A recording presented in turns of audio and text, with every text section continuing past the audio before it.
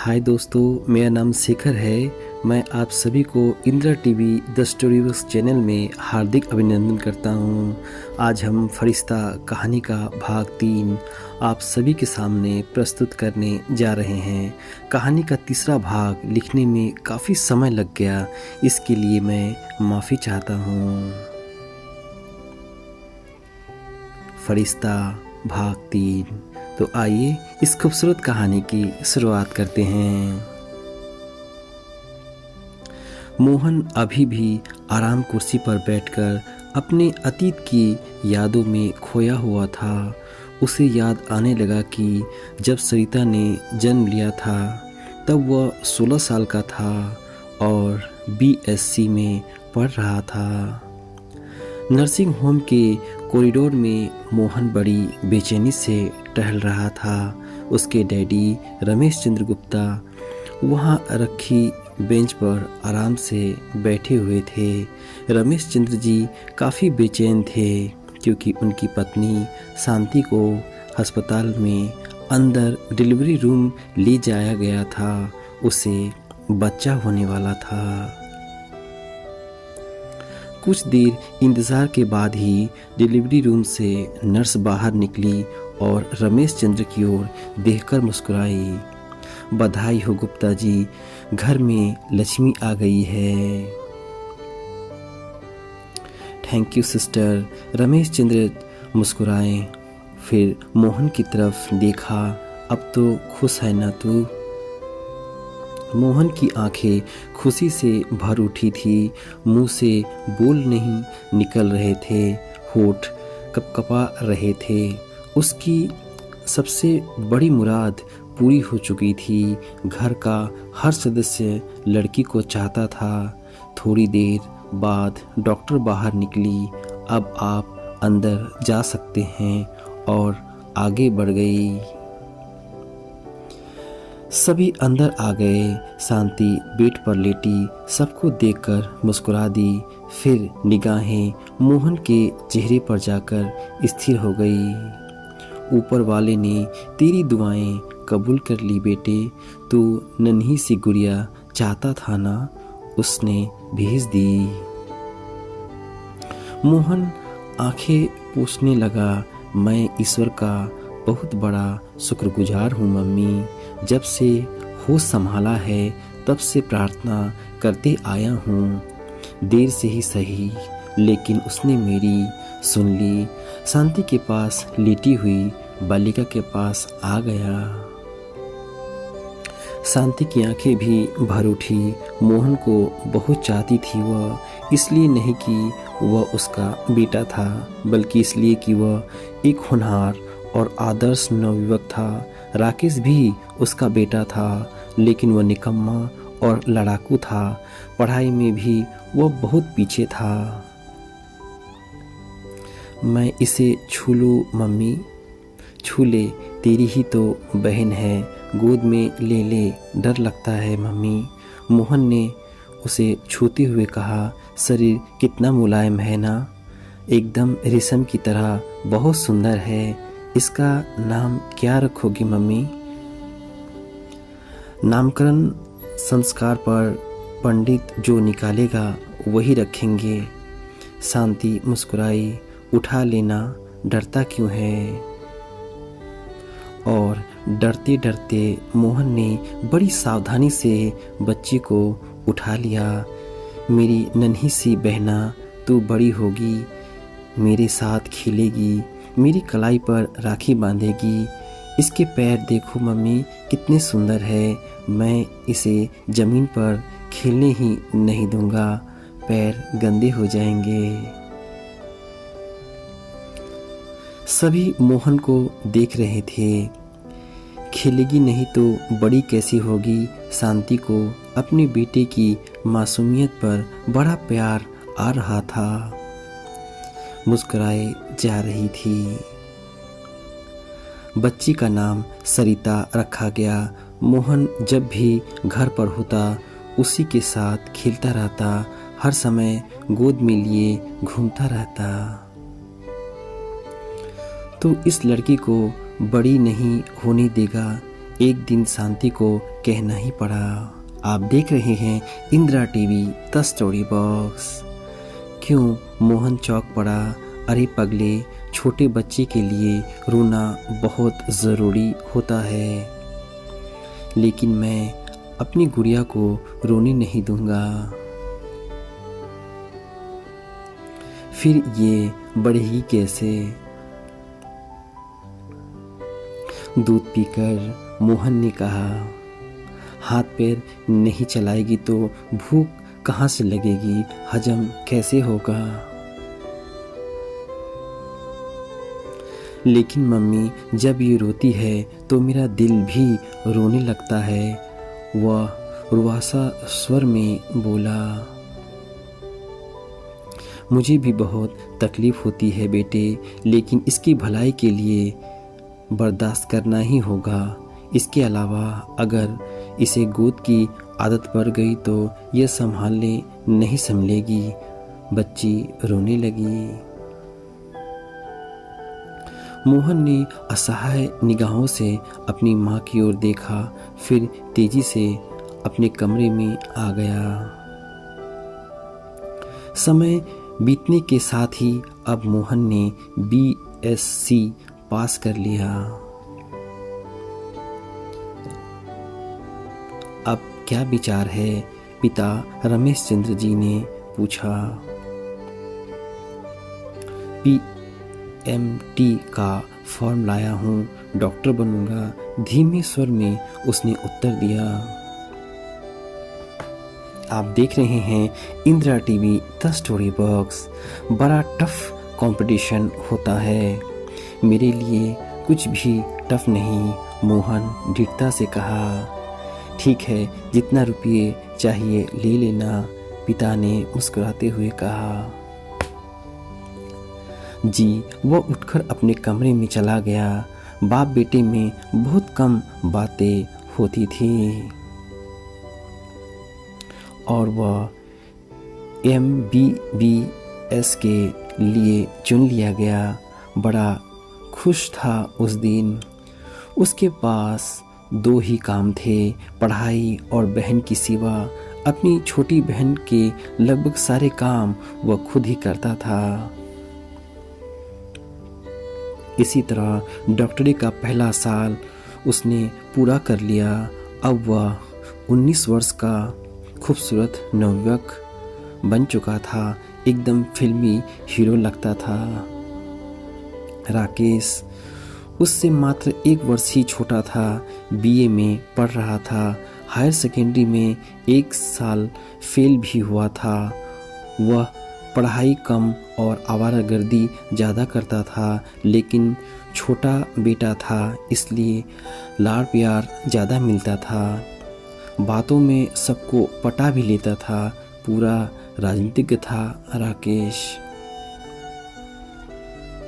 भाइयों में तो बात ही नहीं होती थी। मोहन पहले उसे समझाता था, कभी डांट भी देता था। जब देखा कि वह मुंह लड़ाने लगा है तो उसने कुछ कहना ही छोड़ दिया। 1 वर्ष बीत गया था। मोहन डॉक्टरी के 3रे वर्ष में पहुंच गया और राकेश किसी तरह रो पीट कर BA के फाइनल में पहुंच चुका था। सरिता 4 वर्ष की हो चुकी थी। उसे पास के एक नर्सरी स्कूल में डाल दिया गया। मन नहीं रही थी। पहले तो लड़ ही गई थी, खूब रो रही थी, लेकिन जब मोहन ने प्यार से समझाया तो वह मान गई। मोहन की बात कभी नहीं टालती थी। वह हर दिन सरिता को अपने स्कूटर में बिठाकर स्कूल छोड़ने जाता था। समय तेजी के साथ बीतने लगा। मोहन अब डॉक्टरी के 4थे साल में पहुंच चुका था, लेकिन उसका छोटा भाई राकेश फेल होता गया। मोहन फाइनल में पहुंचा था, राकेश फिर से फेल होता चला गया। बस यहीं से मोहन की ज़िंदगी में एक क्रांतिकारी परिवर्तन आ गया। मोहन अब 25 वर्ष का हो गया। प्यार मोहब्बत के बारे में कभी सोचा भी नहीं था, लेकिन होनी को कौन टाल सकता है। उस जैसे सन्यासी आदमी के दिल पर भी हुस्न का तीर चल ही गया। उसका एक मित्र था रमाकांत पटेल, वह भी उसी के साथ डॉक्टरी पढ़ रहा था। काफ़ी अमीर बाप का बेटा था। उसके भाई की शादी हो रही थी। रमाकांत ने उसे भी निमंत्रण किया था। मोहन काफ़ी खुश था। दोपहर को ही आना, रमाकांत ने कहा। लेकिन यार, दोपहर में आकर क्या करूँगा, रात में सीधे पार्टी में आऊँगा, मोहन ने कहा। नो, नहीं चलेगा, तुम मेरे सबसे प्यारे दोस्त हो, लंच मेरे साथ ही लेंगे, समझे? ओके बाबा, आ जाऊँगा, मोहन ने प्यार से कहा। उसने शादी वाली सुबह यही बात अपनी माँ से बता दी। आज मैं दोपहर से रात तक गायब रहूँगा, बड़े दोस्त बना लिए हैं तुमने, माँ ने मुस्कुराते हुए कहा। रमाकांत मेरा सबसे प्यारा दोस्त है मम्मी। तभी तो दोपहर से ही बुला रहा है, शांति ने मुस्कुराकर कहा। रात में जल्दी आने की कोशिश करना। मेडिकल कॉलेज के कई दोस्त होंगे वहाँ, देरी भी हो सकती है मम्मी। फिर भी जल्दी आने की कोशिश करना, मम्मी ने कहा। तुम तो जानती हो कि मैं समय की बर्बादी कतई पसंद नहीं करता। सो तो है, शांति मुस्कुराई। मैं तुम्हारे लिए नाश्ता लेकर आती हूँ। वह किचन की ओर बढ़ गई थी। मोहन का घर बांद्रा में था। एक ड्राइंग रूम और 3 कमरे। घर की आमदनी अच्छी थी, इसलिए किसी को भी कोई कमी नहीं थी। रमाकांत पटेल का बंगला दादर में था, जो बांद्रा से ज़्यादा दूर नहीं था। ठीक 1 बजे मोहन रमाकांत के बंगले पर पहुंच गया। घर में उसे सभी पहचानते थे, कई बार आ जा चुका था, लेकिन आज तो वो मेहमान ही मेहमान नजर आ रहे थे। मोहन भैया नमस्ते। रमाकांत की छोटी बहन सुधा आ गई उसके पास। उसके साथ ही एक लड़की और थी। नमस्ते सुधा बहन, आज तो बड़ी चहक रही हो, मोहन मुस्कुराया। घर में भाभी जो आ रही है। मोहन ने उसके साथ वाली लड़की को एक नज़र देखा तो देखता ही रह गया। आप देख रहे हैं Indira TV the story box.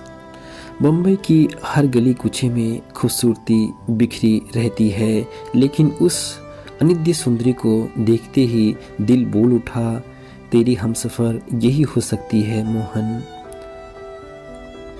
ये शालिनी है, शालिनी वाजपेयी, मेरी सबसे अच्छी सहेली। और सालू, मोहन भैया के बारे में तो मैं तुम्हें सब कुछ बता ही चुकी हूँ। नमस्ते। शालिनी के हाथ जुड़ गए। नमस्ते। अरे सुधा, यह तो मुझे इस संसार की प्राणी लगती नहीं।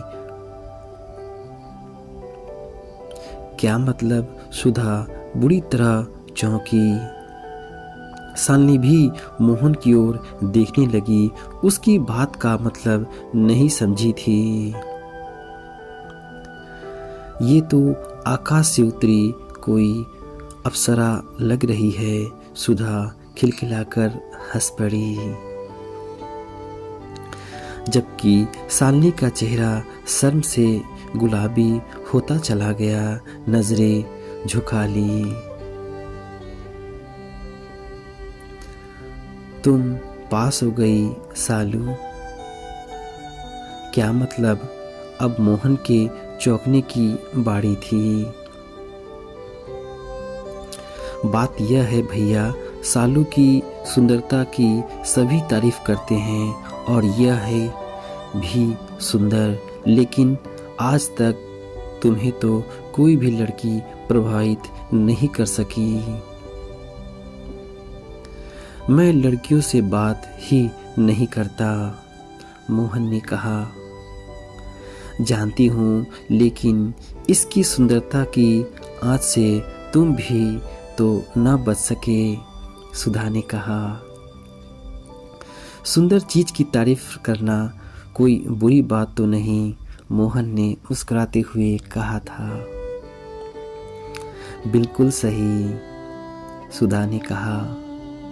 शालिनी जी, आप पढ़ती हैं या? शालिनी बीए में है, मेरी ही क्लास में, सुधा बोल पड़ी। अच्छी बात है, मोहन बस इतना ही बोला। आप देख रहे हैं Indira TV the story box. तुम दोनों यहीं खड़े होकर बातें करो, मैं जरा मेहमान को देख लूं। सुधा इतना बोलकर चली गई। आपको मुझसे डर तो नहीं लग रहा? मोहन ने कहा।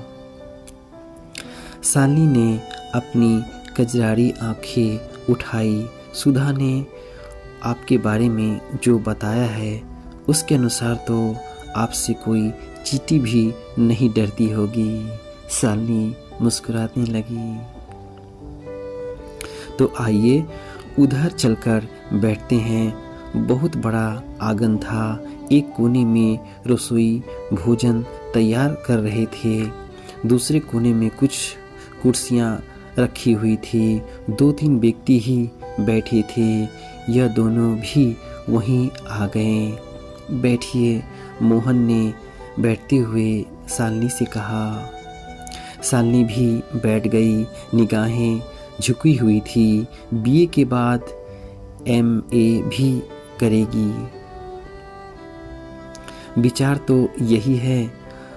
आप डॉक्टर बनने के बाद अपना क्लिनिक खोलेंगे। मेरा एक सपना है शालिनी जी, हार्ट सर्जन बनने का सपना। मैं लंदन जाऊंगा और हार्ट सर्जरी का स्पेशलिस्ट बनकर ही लौटूंगा। ये तो बड़ी अच्छी बात है। सुधा बता रही थी कि आप हर समय किताब में खोए रहते हैं। ठीक बताया उसने। यह उम्र कुछ कर दिखाने की होती है। अपना सपना पूरा करने के लिए मेहनत तो करनी ही होगी। आपका भी कोई सपना होगा। मेरा सपना बहुत बड़ा है, शालिनी मुस्कुराते हुए बोली, लेकिन उसमें मेहनत करने की ज़रूरत नहीं। आवश्यकता है अपने तन मन को पवित्र बनाए रखने की। कमाल है, ऐसा कौन सा सपना है?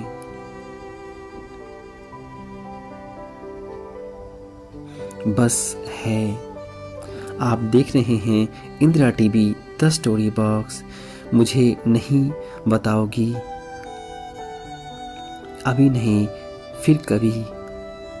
शालिनी ने उनको चौंकाते हुए कहा। यानी आप मुझसे मिलती रहेंगी? मोहन के स्वर में उत्सुकता थी। अगर आप चाहोगी तो, शालिनी मुस्कुराते हुए बोली।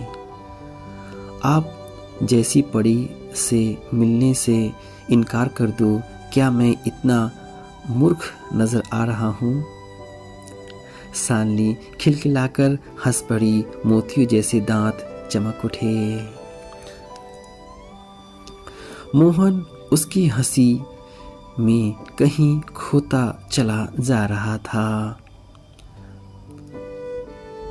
अरे तुम कब आए? रमाकांत आ गया वहां। काफी देर हो गई।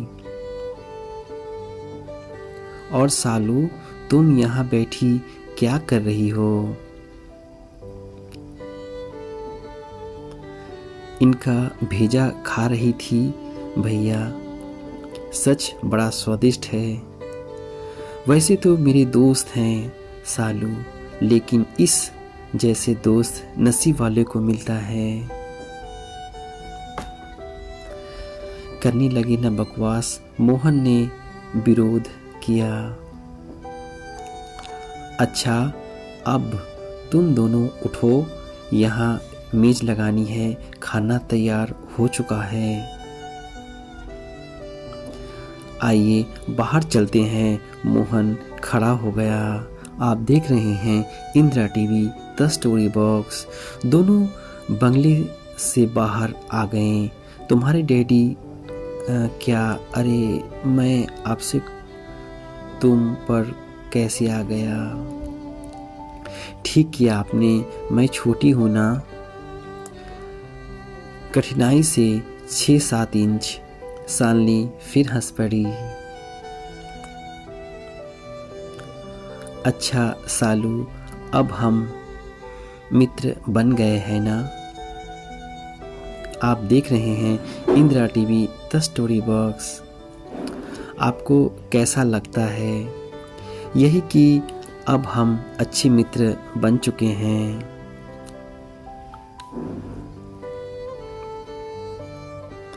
फिर हम दोनों एक दूसरे से मिलते भी रहेंगे।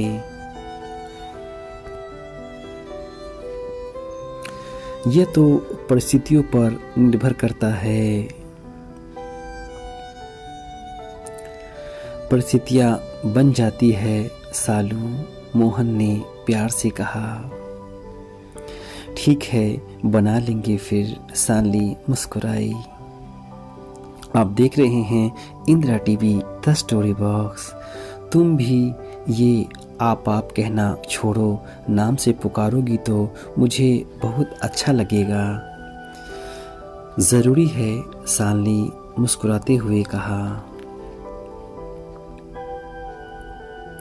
मुझे अपनापन बहुत पसंद है सालू। ओके, मैं तुम्हें नाम से पुकारूंगी। ये हुई ना बात। मोहन का चेहरा चमकने लगा। शालिनी उसकी ओर देख रही थी प्यार से। लेकिन एक शर्त मेरी भी है। कहो शालिनी, मोहन बोला। शालिनी बोली, नारी का सम्मान एक ऐसे शीशे जैसा होता है जिस पर एक कंकड़ भी पड़ जाए तो टूट जाता है। वैसे तो मुझे अपने ऊपर पूरा भरोसा है। कोई जिगर वाला पैदा नहीं हुआ जो बिना मेरी मर्जी के इस शरीर को छू भी सके। फिर भी मैं तुमसे अपने सम्मान की रक्षा का आश्वासन चाहती हूँ। मोहन ने गंभीरता से कहा, मैं नहीं जानता कि सुधा ने मेरे बारे में तुम्हें क्या बताया है। सुधा ने बताया था आपकी अच्छाई और आपके चरित्रवान के बारे में। शालिनी सर झुकाए धीरे से बोली, मैं भारतीय नारी की इज्जत की कीमत जानता हूँ शालिनी। उसके सम्मान की खातिर जान पर भी खेल सकता हूँ। शालिनी कुछ ना बोली। फिर मेरी अभी उम्र ही क्या है। पहली बार मैं किसी लड़की से बात कर रहा हूँ क्योंकि तुम मुझे अच्छी लगी और तुम्हारी आँखों में भी वही पवित्रता और दृढ़ता नजर आई जो मैं अपनी आँखों में देखा करता हूँ। क्षमा चाहती हूँ। शालिनी का स्वर भीग उठा। न न न क्षमा मांगने जैसी कोई बात नहीं कही तुमने। सच पूछो तो मेरे दिल से तुम्हारे प्रति ढेर सारी इज्जत पैदा हो गई। चरित्रवान लोगों को बहुत कदर करता हूँ। सुंदरता तो ऊपर वाले की देन है, लेकिन चरित्र का निर्माण तो इंसान खुद करता है। मेरी माँ है ना सालू, बहुत अच्छी है। अक्सर मुझे चरित्र की शिक्षा देती रहती है।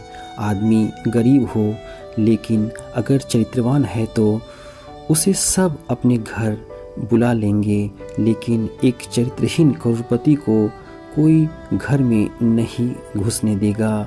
मेरे पास कुछ भी नहीं, फिर भी मैं बहुत अमीर हूँ, क्योंकि मेरी सबसे बड़ी पूंजी चरित्र है। जिस दिन ये पूंजी लुट गई, वह दिन मोहनलाल गुप्ता की ज़िंदगी का आखिरी दिन होगा। शालिनी की आंखें भर आई थी। वह मोहन को ही देखे जा रही थी। अरे मोहन चौंक पड़ा। तुम्हारी आंखों में आंसू? बुरी बात सालू। आंखें पोंछते हुए बोली वह, मेरी ज़्यादा उम्र नहीं, फिर भी बहुत कुछ देखा सुना है। कह सकती हूँ कि तुम इस कलयुग के राम हो। शबनम से भी पवित्र। तुम्हारी बातें सुनकर आंखें भर आई। मैं खुद भी ना जान सकी। तुम बहुत अच्छी हो मोहन, बहुत अच्छे हो तुम। मोहन उसे देखते हुए कुछ नहीं बोल पाया, मानो बस अपनी मुस्कुराहट से धन्यवाद दे रहा हो। कुछ देर के खामोशी के बाद शालिनी बोली, आओ मोहन, खाना लग गया होगा। दोनों अंदर ही चल दिए। दोनों अंदर जाते ही सामने पड़ गई सुधा। मुस्कुराते हुए बोली, वह तुम दोनों के चेहरे बता रहे हैं कि दोस्ती हो गई है। हाँ सुधा, बहुत अच्छी है तुम्हारी सहेली। मोहन बोला, आप दोनों ही अच्छे हैं भैया। दोनों के चरित्र बेदाग है, मन उज्जवल है। इसलिए मैंने तुम दोनों को मौका दिया था ताकि एक दूसरे को समझ सको। सुधा बस इतना बोली। तुम्हारे भैया सचमुच एक ग्रेट आदमी है सुधा। शालिनी ने मोहन की ओर देखकर कहा, आखिर भाई किसका है? सुधा की बातों में मुस्कुराहट थी। खाना लग गया है? मोहन ने पूछा। अरे मैं तो भूल ही गई थी, इसलिए तो तुम दोनों को बुलाने आ रही थी। चलो। खाना स्वादिष्ट था। शालिनी मोहन के पास बैठकर ही खाना खाई। खाना खाते खाते बस एक दूसरे को देखकर मुस्कुराते चले जा रहे थे। खाना खाने के बाद दोनों बाहर आ गए और सड़क के किनारे किनारे चल पड़े। तुम्हारे डैडी क्या करते हैं सालू? मोहन ने पूछा। इंपोर्ट एक्सपोर्ट का बिजनेस है, शालिनी ने कहा। तुम्हारा घर कहाँ है?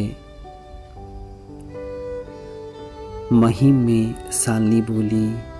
अच्छा, मैं बांद्रा में आपके घर के काफ़ी नज़दीक ही रहता हूँ। आपके घर में और कौन कौन है सालू? शालिनी बोली, मम्मी डैडी के अलावा 2 बड़े भाई और 2 बहनें भी है। एक छोटी है दीदी की और बड़े भाई की शादी हो चुकी है। दूसरा भाई इंजीनियरिंग की पढ़ाई कर रहा है। मोहन बोला, मेरा भी एक छोटा भाई है, 1 साल छोटा है मुझसे, वह भी पढ़ रहा है। बहन तो बहुत छोटी है, वह भी स्कूल जाती है। एक बात और पूछूं, बुरा तो नहीं मानोगे? पूछो। अच्छा जाने दो, फिर कभी सही। अब पूछ भी डालो।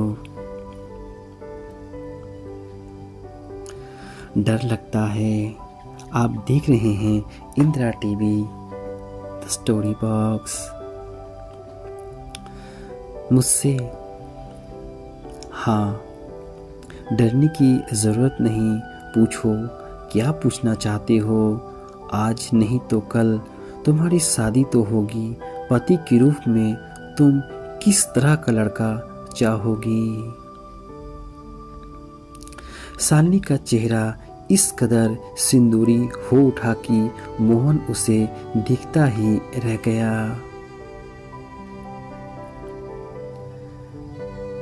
मेरे सवाल का जवाब नहीं दिया।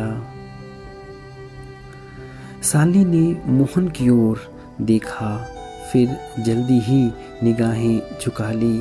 जवाब ज़रूरी है क्या? वैसे कोई ज़रूरी तो नहीं, फिर भी सुनने की उत्सुकता तो है ही। तो सुनो, शालिनी दृढ़ स्वर में बोली। भले ही गरीब हो, सूरत मामूली हो तब भी चलेगा, लेकिन चरित्र में तुम जैसा होना चाहिए।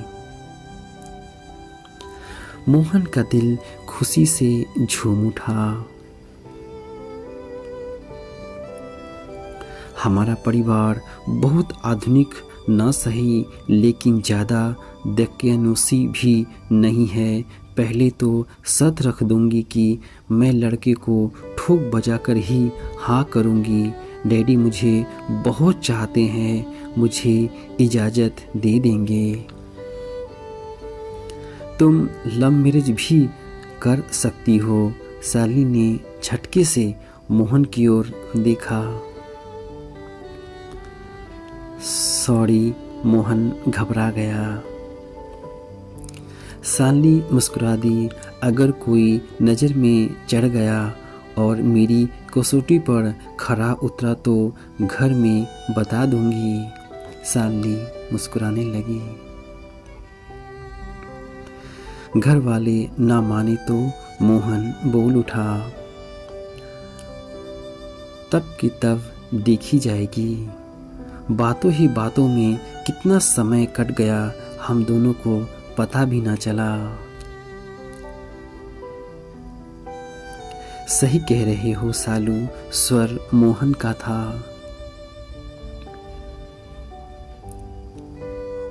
आओ अब लौट चले, वरना सुधा बुरा मान सकती है, शालिनी बोली।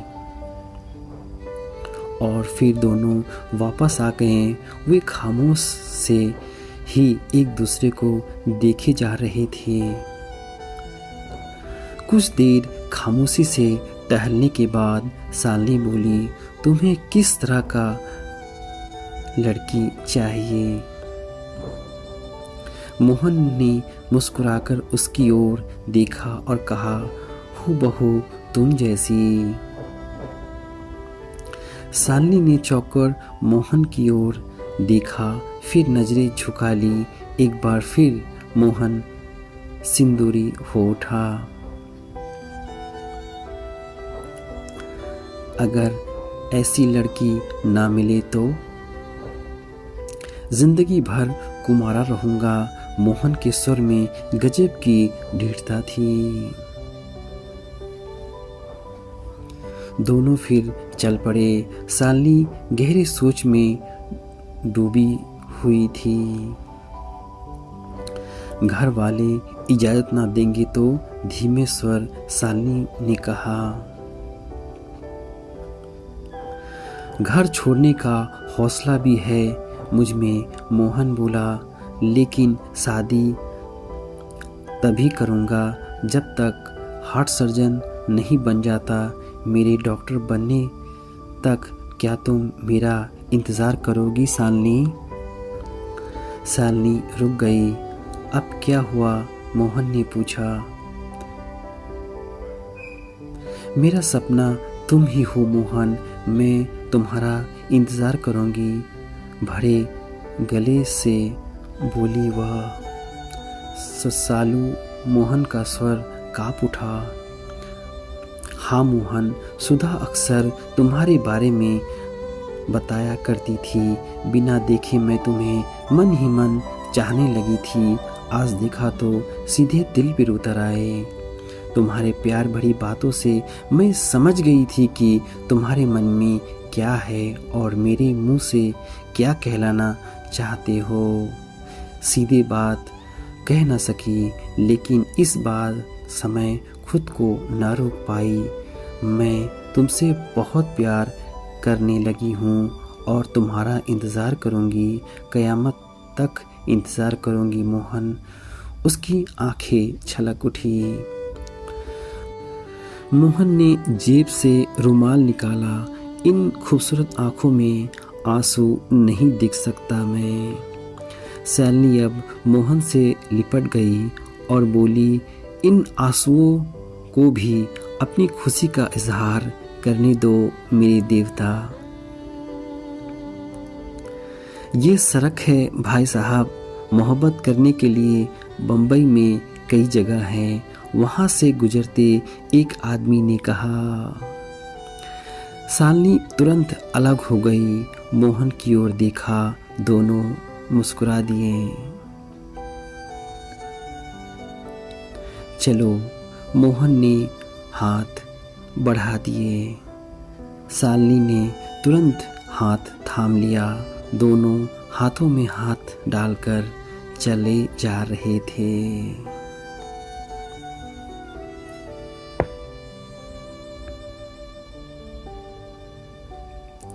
हम कहानी का भाग 4 जल्द से जल्द लेकर आप सभी के सामने प्रस्तुत होंगे। तब तक अपने दोस्त शेखर को इजाज़त दीजिए। अपना ख्याल रखिए। धन्यवाद दोस्तों। फिर मिलते हैं इसी कहानी के अगली कड़ी में।